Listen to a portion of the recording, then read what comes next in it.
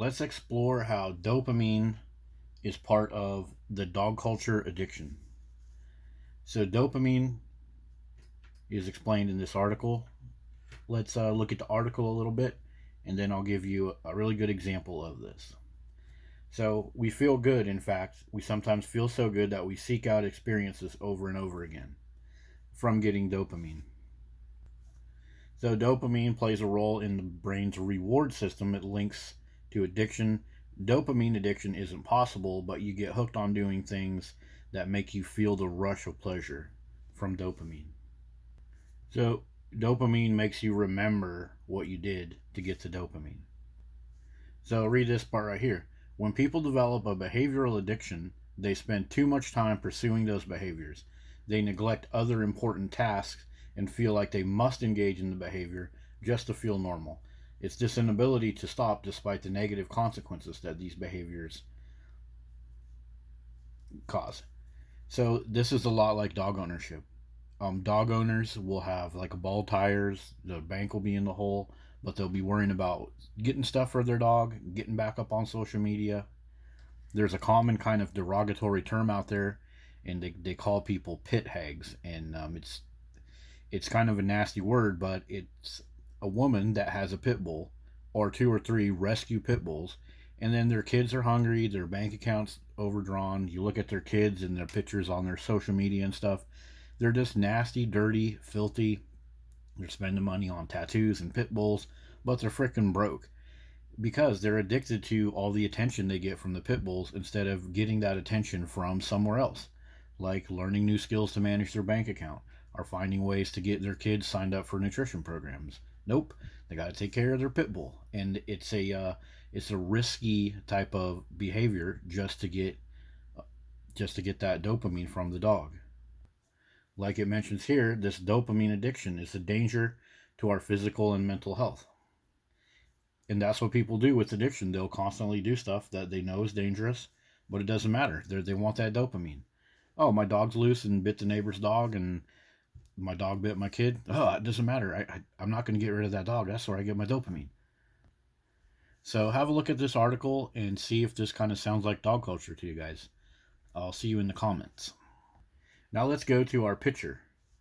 So within this picture is an example of how we are breaking human connections to get dopamine from dogs instead of dopamine from humans. When you get a dopamine rush from connecting with a fellow human, like shaking a hand, a hug, giving someone a shoulder rub, having like a nice conversation, that dopamine connection is much better for your health than the dopamine connection you get from this little yapper. So we have our pregnant mom here, and we have the husband over here with the little yapper. It looks like he's even yapping right there. He's getting, fecal bacteria on his hands from touching this dog's paws. He's getting fur and stuff on his body, which does not belong anywhere near the mom's nose or ears. It's bad. But think about the dopamine this guy is getting from the dog. He's getting a little bit of dopamine instead of going over there and saying, "Hey, honey, do you need a foot rub? Do you need a fresh shirt? Do you need a shoulder rub? Hey, let me get dinner started. I'll help. Didn't you want to try cooking those steaks tonight?" He's not getting that dopamine from his wife. He's getting it from his dog. Oh, what's the dog need? I got to pick the dog up. And so little by little, we're replacing our human connections with the dog. A lot of people would look at this picture and just be like, "Oh, you're just overreacting. That's meaningless." But this is like the very mildest version of this dopamine talk. So think about this guy when he goes and gets on his computer. Well, the people on Facebook and everything else, they're going to be like, "Hey man, how's your little pupper doing? How's he handling the pregnancy?" So now he's going to go get dopamine from his fellow humans because they're going to ask about his dog instead of asking about his wife. And then he's going to go out in town to buy some stuff. And he's going to be like, "Well, I got to get that bleach because the dog pissed on the carpet. Well, I got to get some new toenail clippers for him and some breath mints because he freaking stinks. And I got to get him a new dog bed thingy because he barks so much. That's going to help with his anxiety." So all this anticipation, all this feeling of importance, more and more he's getting it from having that dog in the picture with him, and every activity that he does is going to be related to that dog in some way. And all that does is steal from the mother. and it gives this guy these dopamine hits. So when he's sitting there craving dopamine, he's sitting there and the dog, he doesn't know what's up with the dog and he's feeling a little anxious. Instead of going over there and giving his wife a big hug and saying, "How are you feeling today?" Nope, he's going to go over there and hug up on the dog and get a selfie, post it on Facebook, and get a bunch of dopamine hits from that. And another thing that could happen in a situation like this, the mom is going to get cranky and grouchy and have weird cravings during her pregnancy, and so the husband might feel a little challenged, like, "Oh my gosh, she told me to go wash the dishes in the middle of the night and I already washed them all," or something like that. And instead of working that out with his wife, guess what he can do? He can go cuddle up on the dog with his IPA beer or his bottle of whiskey. Then he can go on Facebook and say, "Oh my God, my wife is acting crazy. I'm so glad I got my little barking turd rocket to pet on all day." Oh. And then again, he's going to get more dopamine.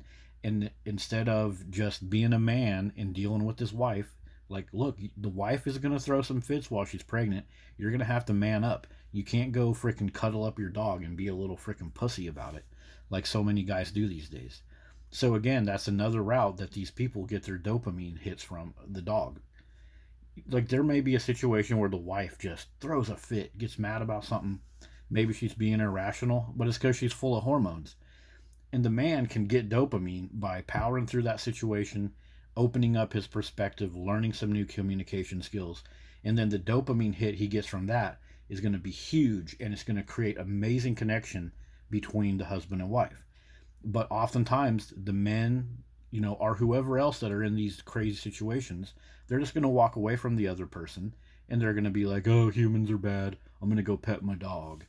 And so they're getting the dopamine from the dog instead of dealing with that human situation and getting that true quality human dopamine. So let me show you a little picture that pops up on Facebook sometimes.